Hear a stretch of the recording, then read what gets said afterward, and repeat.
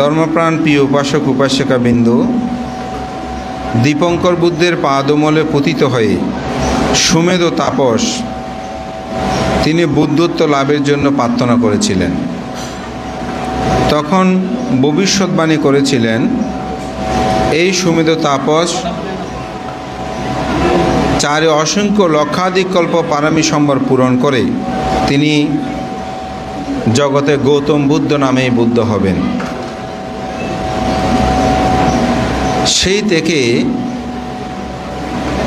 বুদ্ধ হওয়ার জন্য তিনি যে পারমী সম্বর পূরণ করেছেন সেটাকে বলা হয় দূর নিদান।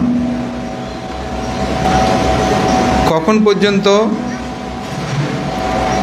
যখন তিনি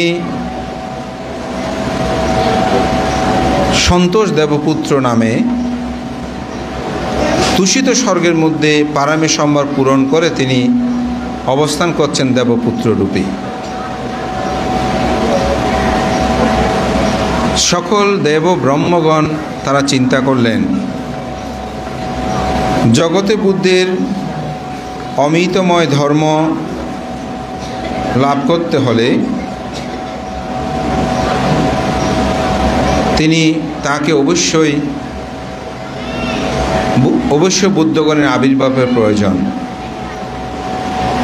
পৃথিবীতে কোনো বা স্বর্গের মধ্যে কোনো সেরকম পারমী সম্বর পূরণ করা কোনো সত্য আছে কিনা এটা দেবতাগণ দেখলেন।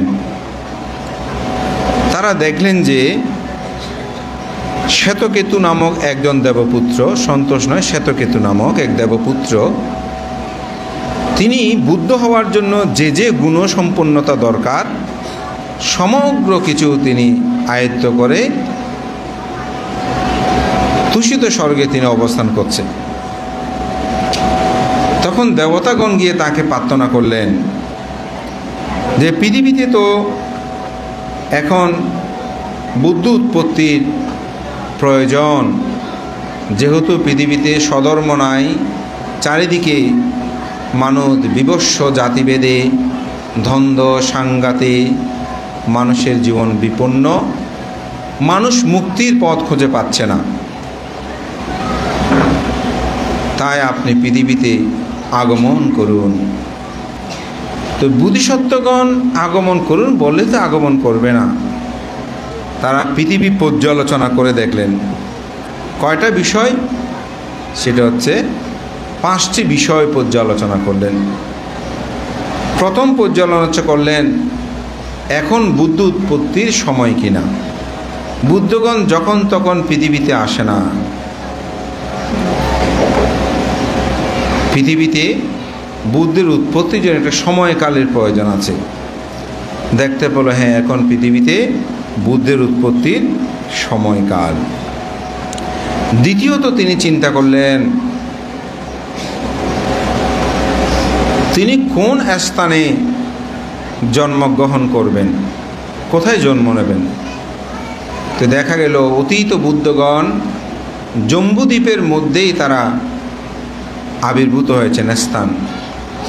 সুতরাং জম্বুদ্বীপ মানে যদি বলি একটু ভারতবর্ষ, আমাদের প্রজন্মরা এটা সহজে বুঝবে, অর্থাৎ ভারতবর্ষের মধ্যেই জন্ম নেবে। তখন সেটা তিনি পর্যালোচনা করেন, হ্যাঁ এখানে আমাকে জন্ম নিতে হবে।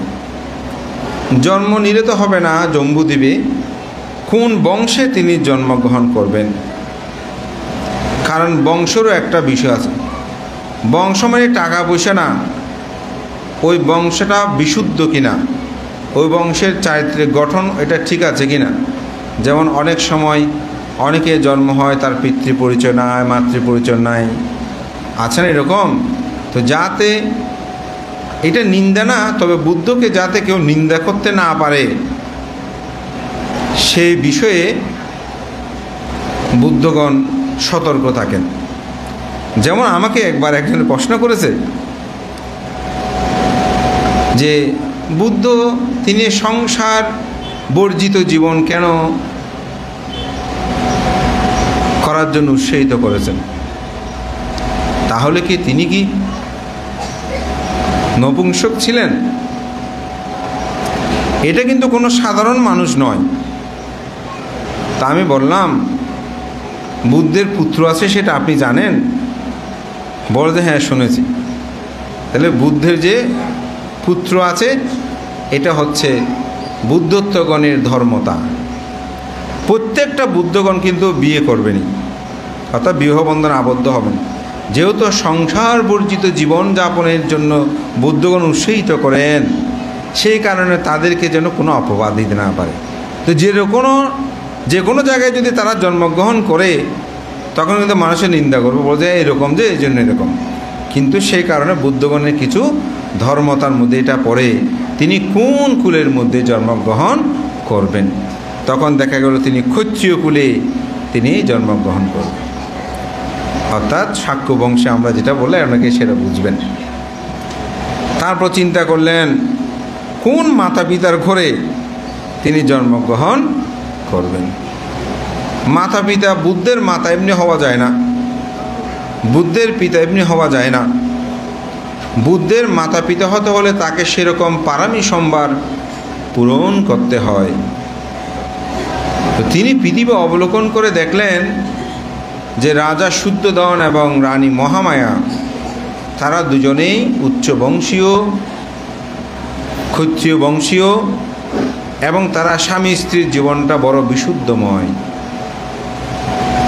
এবং মায়ের আয়ুষ্কাল দেখলো, মা কতদিন বেঁচে থাকবেন সেটা হিসাব করে দেখলেন, হ্যাঁ আমার মা আমার জন্মের 7 দিন পর তিনি প্রয়াণ। এগুলো দেখেছেন, এগুলো সব পর্যালোচনা করলেন। অনেকে প্রশ্ন করেন, মানতে বুদ্ধ যদি এত পারামি সম্ভার পূরণ করে তাহলে বুদ্ধ জন্মগ্রহণের পর সে মায়ের আদর পায়নি কেন? বরঞ্চ আমাদের সমাজে দেখি অনেক মা বলে তুইও এন আর শেষ করছিস, তুই জন্মগ্রহণের পর 1 মাস পর তোর বাপু মারা, বাপু হাইস তুই, এরকম অনেকে নিন্দা করে না? অনেকে বলে তোর মা খেয়েছিস। আসলে এখানে ওই জন্মের সাথে ছেলের সাথে কোনো সম্পর্কের বিষয় না, এখানে পারামি পূর্ণতা। তো বুদ্ধগণের এটার কারণ হচ্ছে এই, বুদ্ধগণ যে মাতৃগর্ভে প্রতিসন্ধি গ্রহণ করেন সেই মাতৃগর্ভে পুনঃভাবে আরেকজন সন্তানের আবির্ভাব হতে পারে না। এবং সে মা এরকম বুদ্ধিসত্ত্ব সন্তানকে গর্ভধারণের সময় তিনি যখন প্রার্থনা করেন যে আমি এরকম বুদ্ধের মা হতে চাই, অনেকে এরকম বলে না, অনেকে বলতে আমি যদি এরকম বান্তের একটা মা হতে পারতাম, এরকম অনেকে বলে ভাই হতে পারতাম, বোন হতে পারতাম, এরকম অনেকে বলে না, প্রার্থনা করে না। তো এরকম জন্মান্তরে কিন্তু এরকম বুদ্ধের গুণকীর্তন দেখে অনেকে এরকম প্রার্থনা, আমি এরকম বুদ্ধ হতে চাই। আমি ওদের গতবার গত বর্ষবাসের যশোদারার জীবনে বলেছিলাম, সেখানে কিন্তু তিনি কিভাবে যশোদারার জীবনে বলেছেন, মহামায়া মহাপ্রজাপতি গৌতমীর কথা বলেছি। সেখানে কিন্তু দেখা যায় কিভাবে তিনি এই সন্তানের মা হতে চেয়েছেন, তাকে লালন পালন করার জন্য প্রার্থনা করেছেন।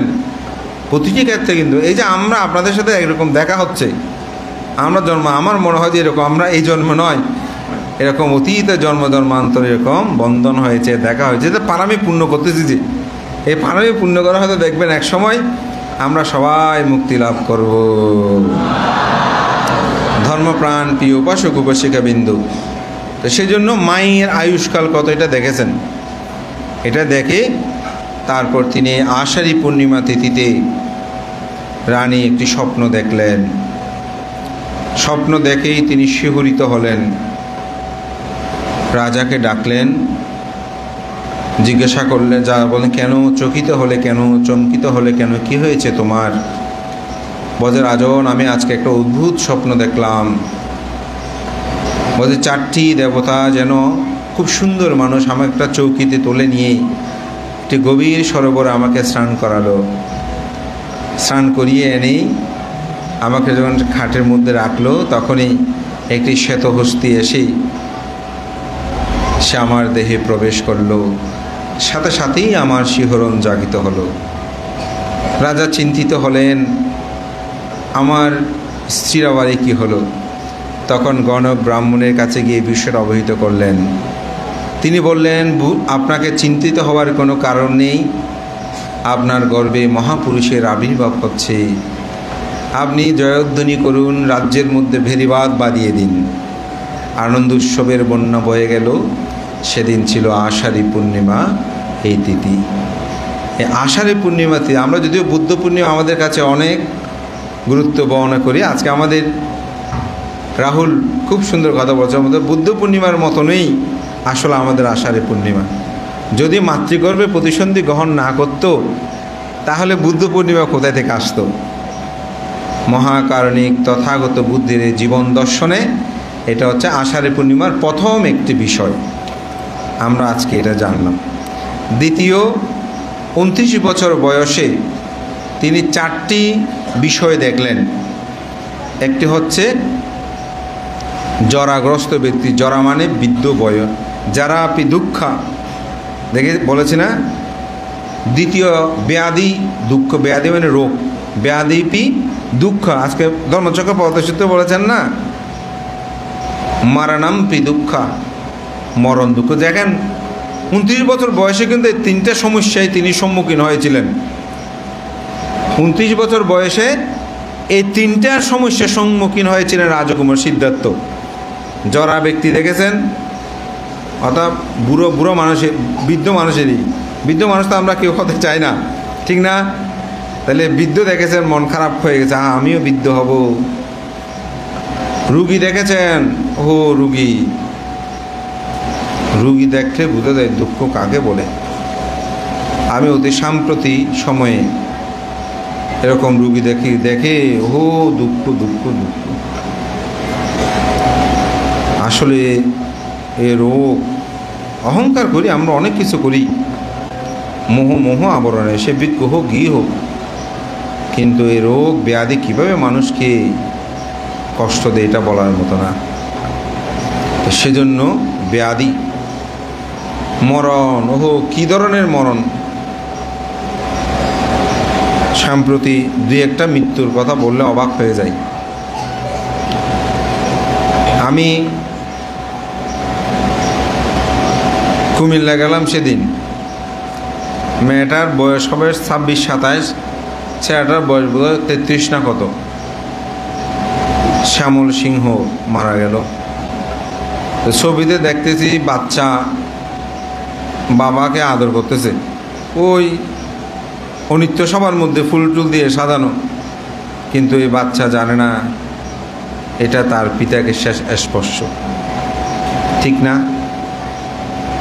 মানে কি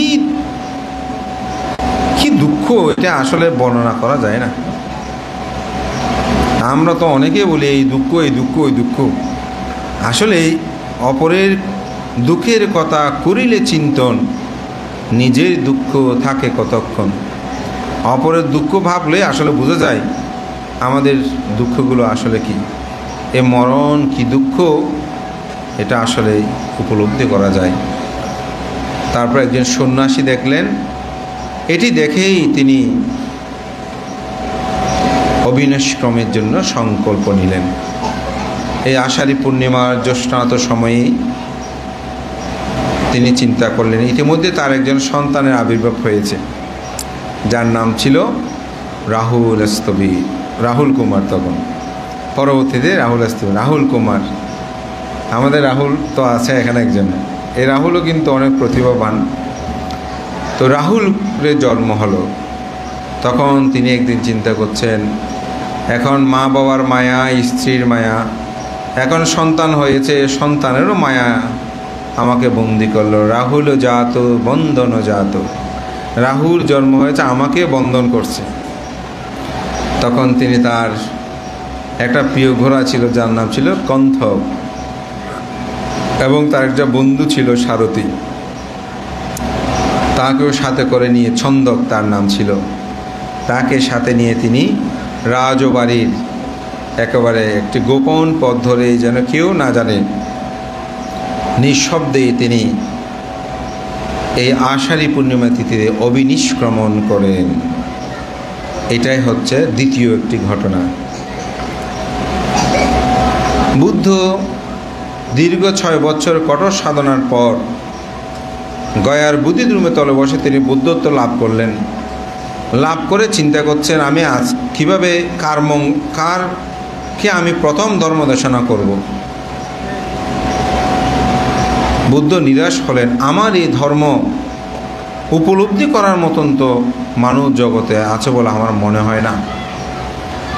তো প্রথম চিন্তা করল ঋষি কালদেবল, যিনি প্রথম গণনা করে বলেছিল যে তিনি জগতে বুদ্ধ হবেন।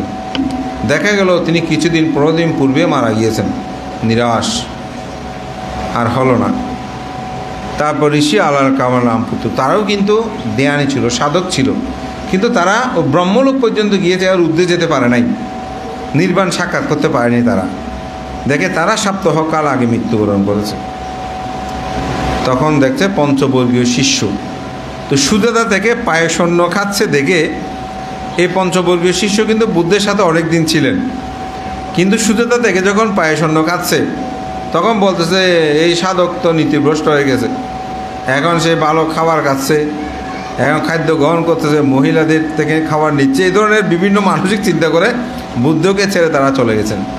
তো বুদ্ধ দেখছেন তারা কিন্তু জ্ঞানী, তারা আমার সাথে ছিল, তাদেরকেই ধর্ম দেশনাটা, আমার দেশনাটা তারা বুঝবে। এখানে আরও কিছু বিষয় আছে, কিন্তু সময়ের জন্য পাওয়া যায় না। আসলে তো এক একটা বিষয় বলতে গেলে অনেক ঢালপালা আছে, বিশেষ অনেক। যেমন বুদ্ধ যখন এটা চিন্তা করছে না, হবে না, আমার দেশনা মানুষে বুঝবে না আমার ধর্ম, তখন মহাব্রহ্মা এসে প্রার্থনা করেছেন যে আপনি ধর্ম দেশনা করুন, আপনার ধর্ম প্রচার করুন, জগতে আপনার ধর্ম বুঝার মতন মানুষ রয়েছে, উৎপন্ন হবে। মহাব্রহ্মা প্রার্থনা করেছিল। পণ্ডিতগণ আবার প্রশ্ন করছে, বুদ্ধ যদি ধর্ম প্রচারের জন্য বুদ্ধত্ব পারমী পূর্ণতা করে, তাহলে আবার প্রার্থনা করতে হবে কেন? এটার অসাধারণ একটা বর্ণনা আছে। আসলে বুদ্ধের ধর্মটা আলোচনা করলে, মানে যেটা সত্যি কথা, যখন কোনো বিজ্ঞ পণ্ডিত, বিজ্ঞ গির সাথে বসি, মানে এত যুক্তিপূর্ণ বুদ্ধের আদর্শ চিন্তা আপনি উঠতে ইচ্ছে করবে না। তো সেটা কেন? কারণ দেব ব্রহ্মাদের মধ্যে শ্রেষ্ঠ হচ্ছে মহাব্রহ্মা। তো বুদ্ধ চিন্তা করেছেন, মহাব্রহ্মা এসে যখন আমাকে বন্দনা করবে, আমার কাছ থেকে এই ধর্ম শোনার জন্য প্রার্থনা করবে, তখন অন্যান্য দেব মনুষ্য সবাই আমি কি সেটাকে উপলব্ধি করতে পারবে। আমি আজকে একটা বাস্তব কথা বলি। আমাদের বিহার যখন নিচে ছিল, তো ভিতরে তো মাত্র 3টে রুম, এখানে বুদ্ধের রুম, এক পাশে আমি, আর পাশে শ্রমণ থাকতো। তা আমাদের স্বপনবাবু এসে এখানে চেয়ার নিয়ে বসতো, এরকম মোটা ছিলেন, স্বাস্থ্য ছিল না। তো আমরা যদি কোথায় আসতাম, উনি চেয়ার থেকে উঠতো না, এটা আমাদের একটু খারাপ লাগতো, সোজা কথা যেটা। তো একদিন কমিশনার এসেছে আমাদের বিহারে, আমি তখন বাইরে আমার জন্য অপেক্ষা করতেছে বিহারে একটা কাজে। তো দেখি যে আমাকে যখন স্বপনবাবু দেখেছে, তিনি তাড়াতাড়ি উঠে গেছে, উঠে গিয়ে মানে আমার জন্য বলতেছে, একজন তুই চেয়ার আন, বান্দালে একান। তার আগে উনি উঠে মানে আমাকে চেয়ার টেয়ার দিয়ে এমনভাবে মানে অনার করতেছে, আমি অবাক হয়ে গেছি। আরে উনি তো চেয়ার থেকে উঠে না, সোজা কথা যেটা। এখন আজকে কেন এরকম করে একেবারে মানে কীরকম অনার করতেছে, সম্মান করতেছে, সেটা বলার মতো না। কোনো সময় অসম্মান করছে তা না, কিন্তু যেটা বললাম চেয়ার থেকে উনি উঠতো না। কিন্তু ওই দিন তিনি চেয়ার থেকে উঠে এসে করে আমাকে বলবেন, দিন বইন, সব কাজ শেষ হলো, কমিশনারকে বিদায় দিলাম। তো আমি আসলে বলে ফেলি, তাই বলতেছি যে উপাসক গণতায় নোটা আজ কেন এদিকে করলেন, বলে ফেলছি আমি। তুই না আমাকে বলতেছে বানতে, হতে বানতে অনেক বয়স হলে বুঝিবে না। আরে কেন বুঝে, আসলে আদৌ চেয়ার তারপর বইতে কিন্তু উঠতে খুব কষ্ট হয়, অনরা অসম্মান করে দিন হয়, আয় শরীরে ন পারি দি। কিন্তু আজিও জোর করে উঠিবার হারণ দে, অনরা যদি অনেক কি জান, যদি আই সম্মান করি, তাহলে বুঝতে পারি, ইতে বুঝিব দে বানতে এবে কী জিনিস। আমি অবাক হয়ে গেছি। মানুষ উনি মরে গেছেন, এই বিহারে উনি দীর্ঘদিন ছিলেন, ভালো মন্দে সব মানুষ। কিন্তু আমার এই কথাটা মানে এখনও হৃদয়ে দাগ কেটে আছে। ঠিক আমি যে কোনো জায়গায় ওনাকে নিয়ে যখন কোনো কাজে যেতাম, দেখতাম যে হ্যাঁ উনি আমাকে উন্নতন বলতে পারতে, আমার সম্মান দেখে বুঝবে যে আপনি আমাদের ধর্মীয় একজন গুরু, আপনার গুরুত্ব কতটুকু। তো যে কথাটা বলছি, বুদ্ধের যে চিন্তা, মহাব্রহ্মা এসে যদি আমাকে প্রার্থনা করে অন্যরা সেটাকে উপলব্ধি করতে পারবে, বুদ্ধ কি? কারণ বুদ্ধকে উপলব্ধি করা তো সবার পক্ষে সম্ভব নয়। সেজন্য মহাব্রহ্মার প্রার্থনায় বলছে এই পঞ্চবৈরী শিষ্যকে আমি ধর্মদেশনা করব। তখন তিনি যাত্রা করলেন, গিয়ে বারাণসী ঋষিপতন মৃগধাবে গেলেন। ওখানে ওরা 5 জন কিন্তু সাধনায় রত, মুক্তি পাচ্ছে না। এদিকে বুদ্ধকে দূর থেকে দেখে এরা বলতেছে ও আমাদের তো ওই মানে যিনি চ্যুত হয়েছেন, বিচ্যুত হয়েছেন, ওই সাধক তো এখন আসতেছে, সিদ্ধার্থ কুমার আসতেছে। তো যখন কাছাকাছি আসলো, বুদ্ধকে দেখে ওনার মন পরিবর্তন হয়ে গেছে। কেউ বুদ্ধের পাদুকা নিয়ে নিচ্ছে, কেউ সেবাক নিচ্ছে, কেউ ধোয়াজি দিচ্ছে, কেউ আসন পেতে দিচ্ছে, কেউ পা দিয়ে জল ধোয়াই দিচ্ছে। কিন্তু তারা 5 জনের সিদ্ধান্ত নিয়ে ওনাকে কোনো অনার করা যাবে না, উনি চ্যুত হয়ে গেছেন, বিচ্যুত, ওনাকে কিছু করা সম্ভব না, করা উচিত হবে না আমাদের, উনি এতদিনে আসতেছেন।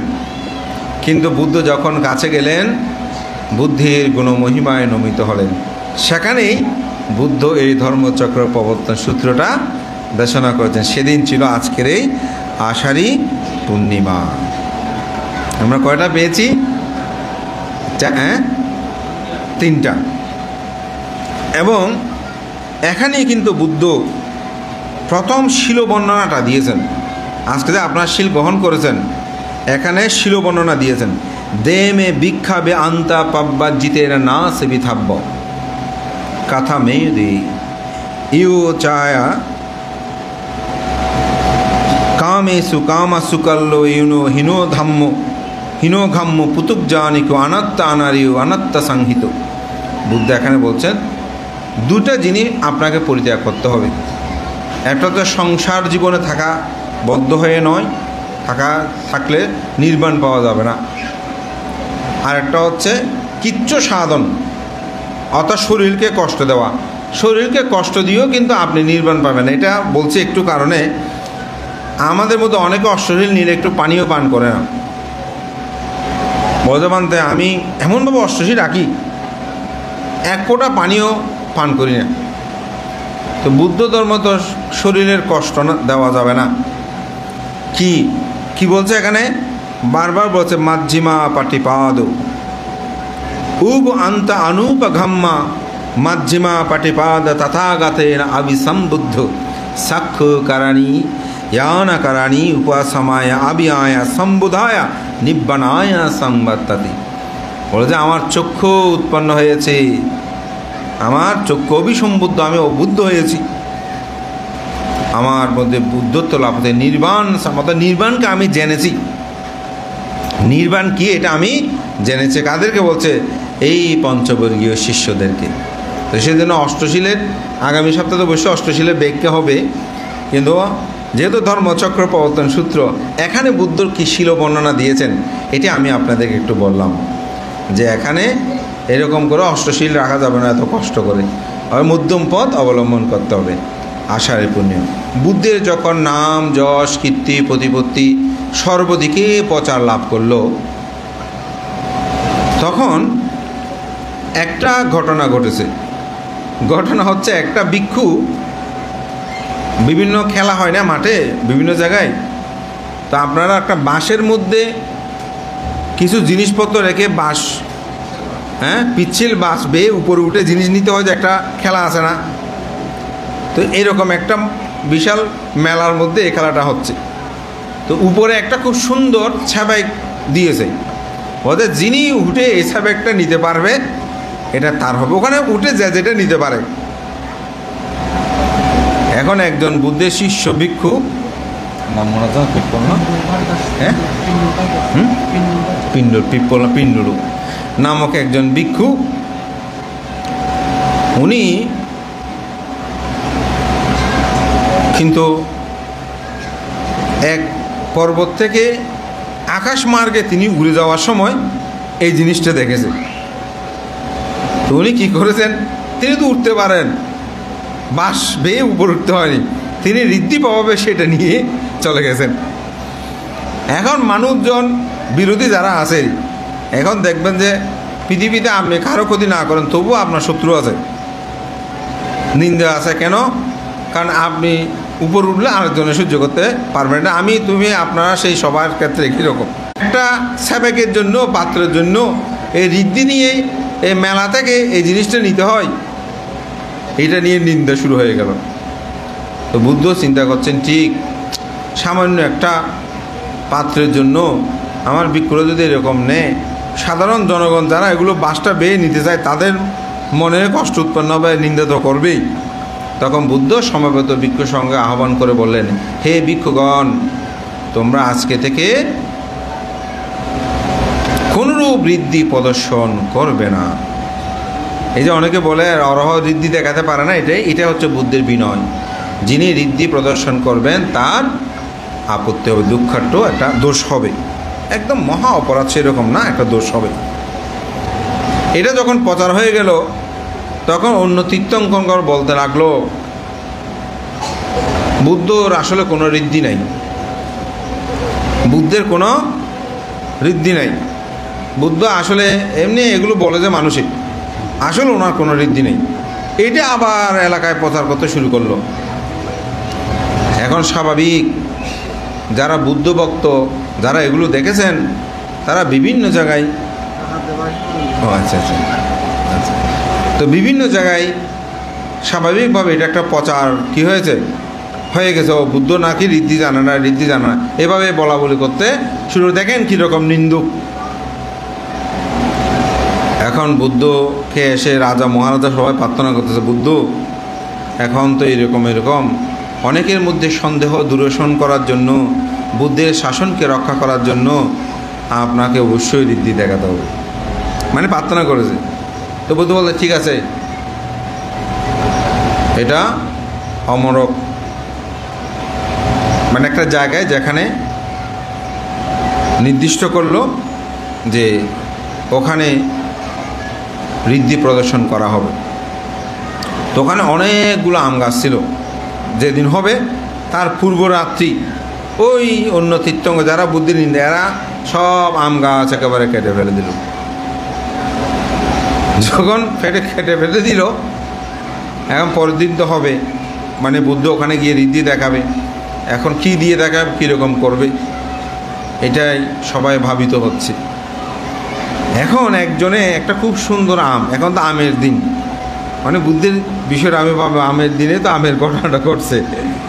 এখন একজন একটা আম নিয়ে যাচ্ছে, এটা দান করবে, কাকে দান করবে, এটা করতে করতে আমি সংক্ষেপে বলছি, আমটা আনন্দস্থবির পেল। তো আনন্দস্থবির পেয়ে এটা রস বের করে সবাই পান করলো, বলে যে বুদ্ধ এদিকে ওই ঋদ্ধির স্থানে যাচ্ছে এই সময়। তো বলে আনন্দ আটিটা নাও, নিয়েছে, বলে আটিটা এই জায়গায় রাখো, রোপণ করো। তা আনন্দ ওখানে রাখলেন আটিটা, আমের আটিটা কী করলেন, রোপণ করার সাথে হাতে তুরিত পরিমাণ সময়, তুরিত মানে 2 আঙ্গুলের ছাপ, এরকম ছাপ দিলে যে এটাকে বলে তুরিত পরিমাণ সময়। অনেকে বলে না 1 2 3 করে দিন কথা, হ্যাঁ অনেকে বলো তো ওদের পাতে 2 মিনিটের হাত মাত্র, হ্যাঁ তখন হাতে এরকম করে, তো ঠিক না, এটাকে বলা হয় তুরিত পরিমাণ সময়। এই তুরিত পরিমাণ সময়ে কি করেছে, এই গাছটা একেবারে যেন অনেক বিশাল এক গাছে পরিণত হলো। সেখানে সাথে সাথে মুকুল আসলো, ফুল আসলো, ফল আসলো, আম পেকে গেল, আম জোরে জোরে পড়তে শুরু করলো, আবার সেখান থেকে গাছ উঠতে শুরু করলো। এইভাবে পুরা বাগানে আমের পূর্ণ হয়ে গেল।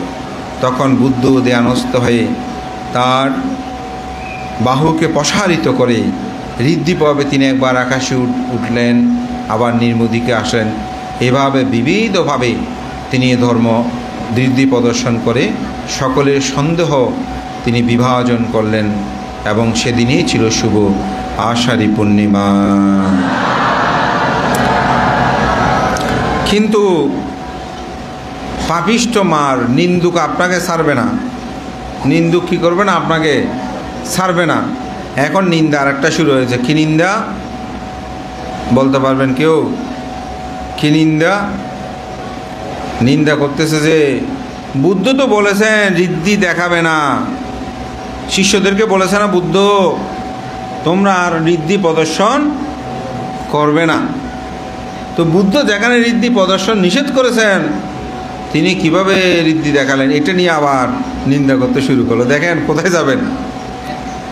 তো বুদ্ধ বলছেন আমি আমার শিষ্যদেরকে বলেছি তোমরা ঋদ্ধি দেখাবে না, কিন্তু আমি ঋদ্ধি দেখাবো না সে কথা তো আমি বলি নাই।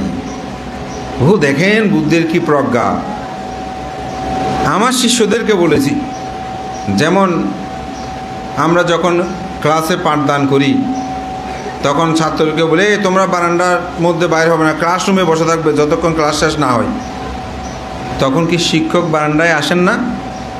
ওটা ছাত্রদের জন্য নিয়মটা, শিক্ষকের জন্য তো আলাদা। সেজন্য সেখানেও বুদ্ধের কাছে পরাস্ত হলেন। এই জন্যে আষাঢ়ী পূর্ণিমাটা গুরুত্ববহ। আর একটি হচ্ছে কি, প্রতিসন্ধি গ্রহণের সময় মায়ের 7 দিন কি ছিল? আয়ু ছিল। অর্থাৎ জন্মগ্রহণের পরে 7 দিনে তিনি, তো মাকে তো ধর্মদান করতে হবে। আমরা ধর্মদশা প্রায় মা বাবার প্রতি সন্তানে কি আছে? কর্তব্য আছে। তো বুদ্ধ হলে কর্তব্য পালন করতে হবে না? করতে হবে। বুদ্ধ তাই এই মাকে ধর্মদান করার জন্য আজকের আষাঢ়ী পূর্ণিমা তিথিতে তিনি তাবতিংশ স্বর্গে গমন করেছিলেন। সেই জন্য আষাঢ়ী পূর্ণিমাতে আরেকটি গুরুত্বপূর্ণ বিষয় হচ্ছে এই মাতৃদেবীকে ধর্মদানের জন্য তিনি তাবতিংশ স্বর্গে গমন করেছিলেন।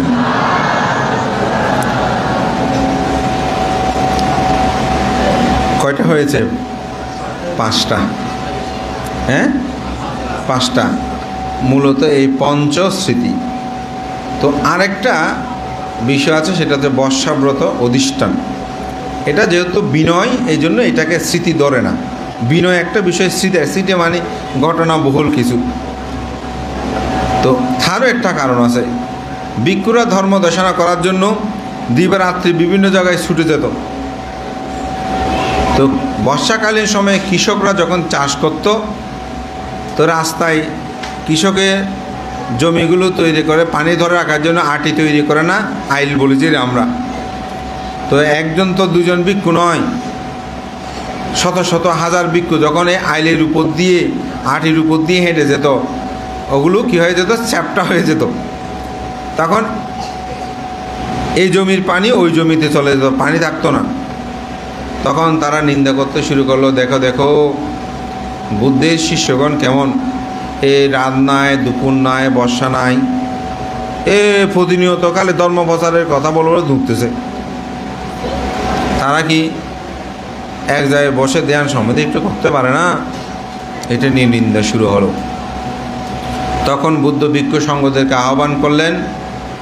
আহ্বান করেই বুদ্ধ দেখলেন অতীত বুদ্ধগণের ক্ষেত্রেও এই 3 মাস ভিক্ষুগণ বর্ষাকালীন সময়ে এক জায়গায় অবস্থান করে, এবং ভিক্ষুদের সাথেও কথোপকথনে দেখা গেল ভিক্ষুরা বর্ষাকালীন সময়ে বন জঙ্গল নগর প্রান্তরে দৌড়তে গিয়ে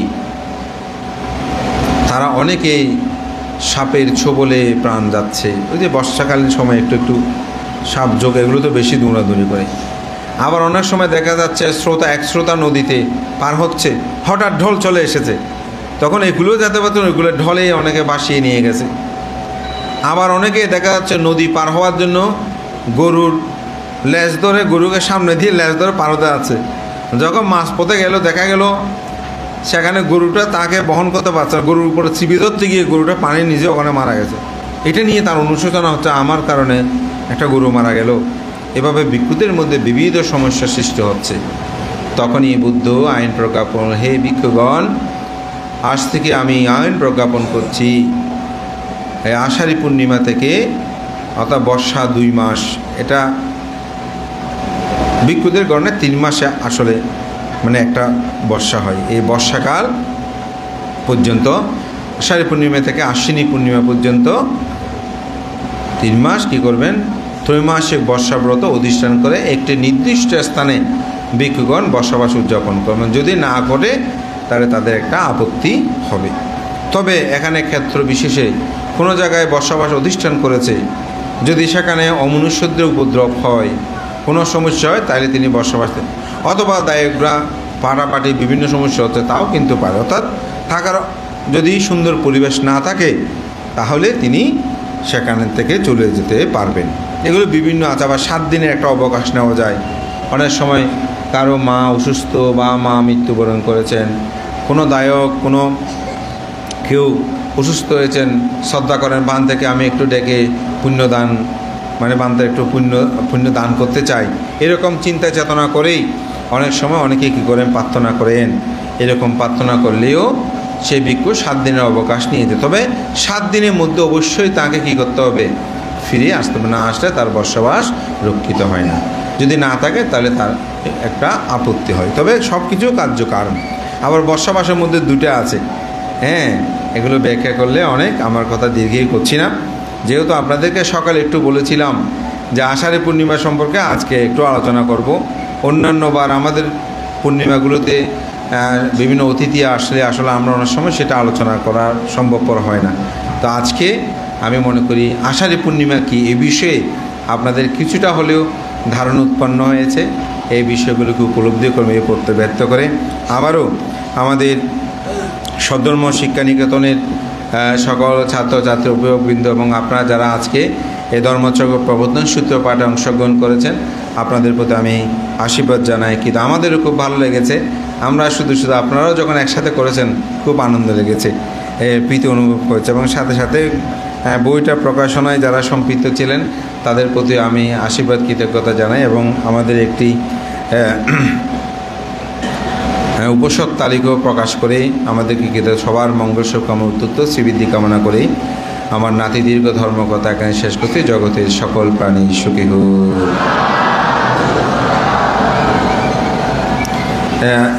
আপনারা শুধু অনেকে একটু পরে এসেছেন, তো একটু অষ্টশীল প্রার্থনাটা একটু করেন।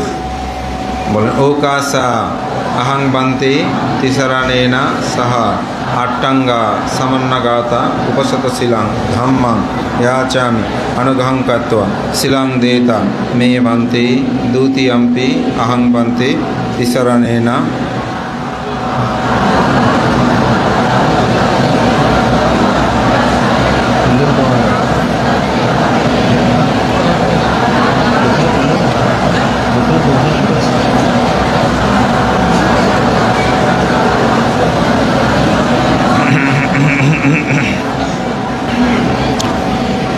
यमहं वदामि थं वदिथं नमो तस्स भगवतो अरहतो सम्मा सम्बुद्धस्स।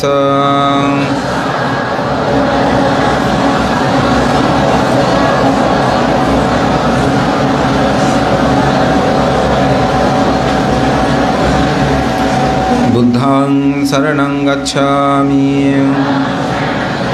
धम्मं शरणं गच्छामि, संघं शरणं गच्छामि, द्वितीयम्पि बुद्धं शरणं गच्छामि, द्वितीयम्पि धम्मं शरणं गच्छामि, द्वितीयम्पि संघं शरणं गच्छामि, तृतीयम्पि बुद्धं शरणं गच्छामि, तृतीयम्पि धम्मं शरणं गच्छामि, तृतीयम्पि संघं शरणं गच्छामि, शरणागमनं सम्पूर्णं पाणातिपाता विरमणि सिक्खापदं समाधियामि। आदिन्नदाना विरमणि सिक्खापदं समाधियामि। अब्रह्मचर्य विरमणि सिक्खापदं समाधियामि। मूचावादा विरमणि सिक्खापदं समाधियामि। सूरामिरिया मज्जपमदट्टना विरमणि सिक्खापदं समाधियामि। विकलभोजन वेरमणि सिक्खापदं समादयामि नच्छगीता वादिता विसुखदर्शन मानगंध विरेपान धारणमंडन विभूषणट्टान वेरमणि सिक्खापदं समादयामि उच्चाशयन महाशयन वेरमणि सिक्खापदं समादयामि साधु साधु साधु इमं तिसरणेन सद्दिं अट्टङ्ग समन्नगातौ उपसितशिलं धम्मं सदुकं सुराख्यतं गत्वा प्रमादेन शिलं सम्पदेता। সবাই একসাথে বুদ্ধ পূজা বৈকালিক বৈশ্বর্য পূজা। नमो तस्सा भगवतो अरहतो सम्मा सम्बुद्धस्सा नमो तस्सा भगवतो अरहतो सम्मा सम्बुद्धस्सा नमो तस्सा भगवतो अरहतो सम्मा सम्बुद्धस्सा इतिपि निरुदा समपट्टितो उट्टहित्वा निसिन्नस्स विया भगवतो अरहतो सम्मा सम्बुद्धस्स इमेना कुप्पेना इमेना उदाकेना इमेना दीपेना इमेना धूपेना इमेना भेषज्जा बुद्धो पाच्छेका बुद्धो आज्ञाशावका महाशावका अरहन्तनां पूजेमि पूजेमि पूजेमि। একটু হাজার প্রদীপ আছে। इतिपि निरुदा समपट्टितो उट्टहित्वा निसिन्नस्स विया भगवतो अरहतो सम्मा सम्बुद्धस्स इमेना सहस्स पदिपेना बुद्धं पूजेमि पूजेमि पूजेमि। वर्णगन्धगुणोपेतं एतं कुसुमसन्तति पूजयामि मुनीन्द्रस्सा शिरपादो सर्वं पूजेमि बुद्धं कुसुमेन तेन पूयेन मे तेन साहोतमु पुप्पं मिलायाति याता इदं मे कायो तथायाति विनाशवं गणसरपदितेन दीपेन तमदंसिन तिलोकदीपं सम्बुद्धं पूजयामि तं गन्धसंवरयुक्तेन धूपेन हं सुगन्धिन पूजाये पूजनीयन्तं पूजभाजनमुं आदिवासितो नो वन्ते पानीया गीलना पस्सया भेषजा परिकल्पितं अनुकम्पं उपधाय पटिगन्नातु मुक्तं इमाया धम्मनुधम्मा प्रतिपत्य बुद्धं पूजेमि इमाया धम्मनुधम्मा प्रतिपत्य धम्मं पूजेमि इमाया धम्मनुधम्मा प्रतिपत्य संघं पूजेमि अद्धा इमाया धम्मनुधम्मा प्रतिपत्य जाति जरा व्याधि मरधम्म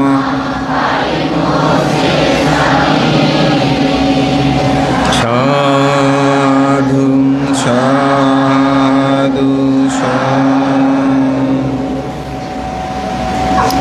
এবার বর্ষা শাটিকা চিবর। বর্ষা শাটিকা চিবর এটা কেন দান করা হয়? তো আজকে একটা নতুন বিষয় পেলাম। বিষয়টা হচ্ছে আমরা সাধারণত মনে করি বর্ষা শাটিকার চিবরটা এটা বর্ষার শুরুতে মানে আজকে দিতে হয়। আমার এটা একটা ধারণা ছিল, আমাদের দায়িত্বরা এরকম। কিন্তু আজকে আমি দেখলাম যে আমাদের ভিক্ষু পাতিমুখে যেটা 227 শিল আছে,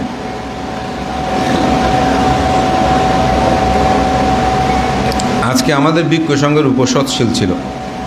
আমরা শুরুতে বলেছিলাম আপনারা চলে যাওয়ার পর আমরা কিন্তু বসে আমাদের আবার প্রায় 1-1.5 ঘন্টার কাছাকাছি সময় আমরাও সীমা করে আমাদের উপসৎশীল অর্থাৎ ভিক্ষুদের যে 227 আছে এগুলো শ্রবণ করতে হয়, ভিক্ষুর শুদ্ধ পরিশুদ্ধ বিষয়টা জ্ঞাপন করতে হয়।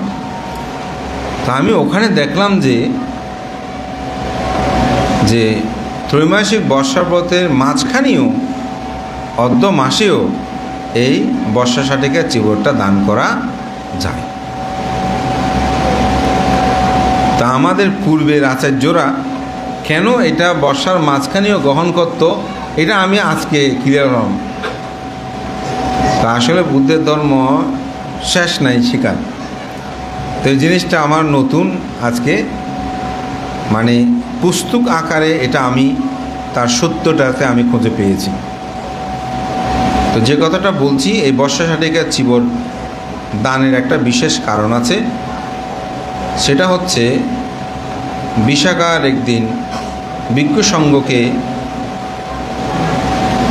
আহ্বান করা। বিশাখা প্রতিদিন 500 ভিক্ষুকে দান করত, কিন্তু একদিন দাসীকে যখন পাঠালো যে তুমি গিয়ে বাঁধেদের আগু বাড়িয়ে নিয়ে আসো, যেমন অনেক সময় বিহার আপনারা ফাং করলে আসেন না এরকম। তো হঠাৎ যখন বৃষ্টি পড়তেছে তখন ভিক্ষুরা চিবর, কারণ তখন ত্রিচিবরদারি অর্থাৎ এক্সট্রা আর চিবর ছিল না তাদের।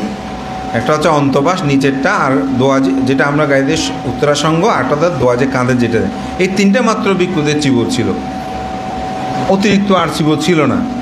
তো ভিক্ষুরা কী হচ্ছে, হঠাৎ বৃষ্টি পড়তে একটু স্নান করি, তখন বিহারের মধ্যে সবাই বস্ত্রগুলো খুলে রেখে ওখানে স্নান করতেছে।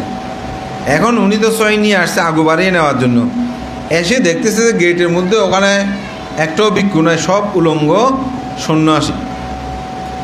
তখন সে ফিরে গেল, গিয়ে বলতে বিশাখা মাতা বিহারে তো ভিক্ষু একটাও নাই, সব উলঙ্গ সন্ন্যাসী। বলতে ওরা ওখানে সবাই পানির মধ্যে বৃষ্টি পড়তেছে, ওখানে স্নান করতেছে। তো বৃষ্টি একটু থামলো, ওকে বলতে তুমি আবার যাও দেখো। আবার গিয়ে দেখে যে একদম বস্ত্র পরিহিত সুসজ্জিত, অর্থাৎ বিশাখার বাড়িতে যাওয়ার জন্য যেভাবে প্রস্তুতি নিয়ে তাকে সেরকম করে আসে। বিশাখা বিষয়টা বুঝতে পেরেছে, তখন দেখো বলতে তুমি এখন বলতে এখন তো সব ভিক্ষু ওখানে। ও তাহলে এই ঘটনা যে ভিক্ষুরা তো আর এক্সট্রা কাপড় নাই, ভিজে গেলে তাহলে তো আর ফাঙে যেতে পারবে না। তখন বিশাখা বুদ্ধের কাছে 8টি বর প্রার্থনা করেছিল। 8টি বর বিশাখার জীবনীটা গত বছর বলা নেই, এবছর বলবো। তখন 8টি বর কী বলবো, এই যে আগন্তুক, গমনন্তক, অসুস্থ, যিনি অসুস্থর সেবা করে, রুগীর সেবা করে, তাহাকেও প্রত্যয় দান করা, তাদের কোনো কিছুর প্রয়োজন হলে বিশাখার কাছে দেওয়া, ভিক্ষুণীদের স্নানবস্ত্র। তখন তিনি আরেকটা প্রার্থনা করলেন, সেটা হচ্ছে কি, ভিক্ষুদের স্নানবস্ত্রটা আমি দান করব, অর্থাৎ বর্ষা শাটিকার চিবরটা ভিক্ষু যাতে স্নান করতে পারে। ত্রিচিবরের বাইরে তাদেরকে আরেকটা চিবর তথাগত বুদ্ধ দিলে এটা ভালো হয়, আপনি এই আইনটা করেন। তো বুদ্ধ সেটা বিবেচনা করে এই আইনটি করেছিল যে ভিক্ষুদেরকে বর্ষাব্রত অধিষ্ঠানের সময় বা মাঝখানেও আপনি এই চিবরটা দান করতে পারেন। তো এই জন্য আপনারা সবাই সম্মিলিতভাবে আজকে এখানে আপনারা সকলেই চিবর দান এটা। এবং বৌদ্ধ সাহিত্যে ভিক্ষুরা যারা বেশি মার্গ জ্ঞান লাভ করেছে, বেশিরভাগ ক্ষেত্রে কিন্তু এই 3 মাসের মধ্যে একটা অদ্ভুত বিষয়, মানে ভিক্ষুরা যে মার্গ জ্ঞানের লাভ করেছে, আত্মসাধনা বিমুক্তি লাভ করেছে এই 3 মাসের মধ্যে। কারণ 3 মাস একটা স্থানে থাকে, কিছু গবেষণা হয়, চর্চা হয়, যেটা সত্যি আমাদের ক্ষেত্র। আমিও মাঝে মধ্যে নিজে ভাবি এই 3 মাস অন্তপক্ষে আপনাদেরকে দেশনা করতে একটু পড়তে হয়, পড়তে গেলে বিষয়টা জানা যায়, একটা চর্চা হয়, প্রজ্ঞার চর্চা, জ্ঞানের চর্চা হয়। তো সেজন্য এই বর্ষার চিবরদানটা অতীব গুরুত্ববহ। তা আপনারা সম্মিলিতভাবে দান করেছেন। তো এবার একটা আশ্চর্য বিষয়, সেটা হচ্ছে আমাদের সন্ধ্যাকালীন যারা সমবেত প্রার্থনা করে উপাসক উপাসিকা যারা প্রত্যেক দিন সন্ধ্যাকালীন সমবেত প্রার্থনায় আসেন, তারা হঠাৎ একটা সিদ্ধান্ত পান আমরাও এবার একটা বর্ষা শাটিকের চিবর আমরা দান করব। তো আমি বললাম যে সম্মিলিত তো একটা দেবে সবাই মিলে, বলে যে না ভান্তে আমিও একটা চিবর দান করব। তো এভাবে অনেকেই, আমার একটা ভাইপো ডাক্তার সুমিল, সেই থাকে, তার স্ত্রী সহ আমাদের বাবু, সেও তারা গত বছর এই বছরও বলে যে না আমরা একটা বর্ষা শাটিকের চিবর দান করতে চাই, তারাও সেটা অংশগ্রহণ করেছে। অনেকে দেশে বিদেশে অনেকে এভাবে এই বর্ষা শাটিকের চিবর দান তারা অংশগ্রহণ। আমরাও, আপনার সৌভাগ্য, এবারও আমরা 7 জন ভিক্ষু এবার বর্ষাবাস কিন্তু অধিষ্ঠান করছি। এটা আমাদের জন্য, আপনি মনে করি আপনাদের জন্য একটা বিহারের 7 জন, একজন ভিক্ষু পাওয়া কঠিন। কালকে রাতের 9:30 হবে মনে হয়, 9:30 একজন ভিক্ষুকে দিয়েছে আরেক জায়গায়। মানে চিন্তা করেন, ভিক্ষু আসলে এমনি বলি যে ভিক্ষু অনেক অনেক, কিন্তু ভিক্ষু যখন বিহারের জন্য উপযুক্ত তা চিন্তা করে আমরা নির্বাচন করতে যাই তখন অনেক সমস্যা। তো কালকে রাতের 9:30 বাজে আমার এখান থেকে গিয়েছে, যে বিহারে নিয়ে যাচ্ছে সেখানে রাতের 12টা বাজে পৌঁছেছে। আমি অবশ্যই ঘুমানো, আমি 11:10-12 দিকে ফোন দিয়েছিলাম, বলতে পারতাম আমরা অনেকটা কাছাকাছি এসেছি, মানে ওই বিহারের কাছাকাছি যাচ্ছি। ওসে পরে আমাকে ওরা যখন ফোন দিয়েছে, আসলে আমি তখন ঘুমিয়ে পড়েছিলাম, মোবাইলটা সাইলেন্ট ছিল। প্রায় 12টায় সকালে দেখি যে 12টা বাজে ওনারা পৌঁছেছেন সেখানে। তো এটা বলছি এখান থেকে একজন। তো অতি সাম্প্রতি একটা লেখা বেরোচ্ছে, বড়বান থেকে গাছে ধরে।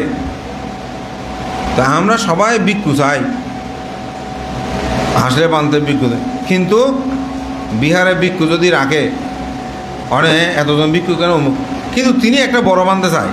তা আপনি ছোটো বান্ধে না রাখলে বড় বান্ধে কোথায় থেকে উঠবে? তা আমাদের সাক্ষ্যবনী বিহারে, যেটা সত্যি আমার দায়ী দেয়িকারা যারা এখানে সৈন দান করেন, আমি কারো কাছে সেই জিনিসটা বান্ধা কতজন আছে আপনি বলেন, আমরা উঠে দেওয়াতে আছে। এখান থেকে একজন ভিক্ষু নয়, অনেকগুলো ভিক্ষু আছে সৃষ্টি হয়েছে, তারা বিভিন্ন জায়গায় গিয়ে ধর্ম প্রচার করতেছে। তো এটাকে আমাদের সমাজের জন্য উপকার হচ্ছে না? উপকার হচ্ছে না এটা? তা আমাদের জয়রত্ন অনেক দিন, তো সে এখন একটু একাকী থাকবে। তো সে অবশ্যই এই বছর একটা জঙ্গলে, কোথায় জঙ্গলে এটা বলতে নিষেধ, ওই জন্য বলতেছি না, সেও এক জায়গায় গিয়ে এখন তার সেই সাধনাময় হয়তো জীবন, যেটা হোক, তার একাকিত্ব একটা জীবন অবলম্বনে সে চিন্তা করছে। তো এইভাবে আমি মনে করি আমাদের সমাজ জাতির কল্যাণে আমাদেরকে অবশ্যই দিন দিন শাসন সদমে রাখা উপযুক্ত ভিক্ষু সঙ্গের কিন্তু প্রয়োজন। তো আমি আপনাদের সবাইকে আশীর্বাদ করি আজকে, এবং আরও আমাদের কিছু উপাসিকা তারা আলাদাভাবে নিয়ে তারাও এখানে একটা বর্ষা থেকে চিবর তারা দান করছে। আমার একজন উপাসক, প্রিয় উপাসক ঢাকাতে দেবাশিস বাবু, তিনিও পাঠিয়েছেন। তা আমি মনে করি আমাদের সবার সম্মিলিত আপনাদের যে প্রচেষ্টায় মহান ভিক্ষু সংঘরা এই বর্ষা শাটিকা চিবর পরিধান করে তাদের যে সাধারণময় জীবনে কর্ম সেটাকে সম্পাদনের মাধ্যমে তাদের যেমন উন্নতি হবে, আপনাদের উন্নতি হবে। এবং এই ত্রৈমাসিক বর্ষাব্রতে অনেক কথা আছে, তা আমি সবাইকে আহ্বান করব, আমি বিষয়গুলো নির্ধারণ করি সাধারণত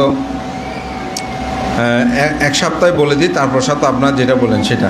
তা আগামী সপ্তাহে একটু শিল নিয়ে আলোচনা করব, স্বাভাবিক, এটা যেহেতু অষ্টশীলগুলো কী, এর পরের সপ্তাহ থেকে আরও অন্য বিষয় আপনাদের যদি শোনার আগ্রহ থাকে আপনারা আগেভাগে একটু বলে দেবেন। গতবার শেষের দিকে এসে বলছে, তখন আর আসলে আলোচনা করার সুযোগটা হয়নি। তা আপনারা প্রথমে বললে ওগুলো আমরা সাজিয়ে নিতে পারবো। সবাইকে সে আহ্বান জানিয়ে আপনাদের সকল উত্তর শ্রীবৃদ্ধি কামনা করে আমার ধর্মকথাকে শেষ করছি। হিত উপদেশ জগতের সকল প্রাণী সুখী হোক।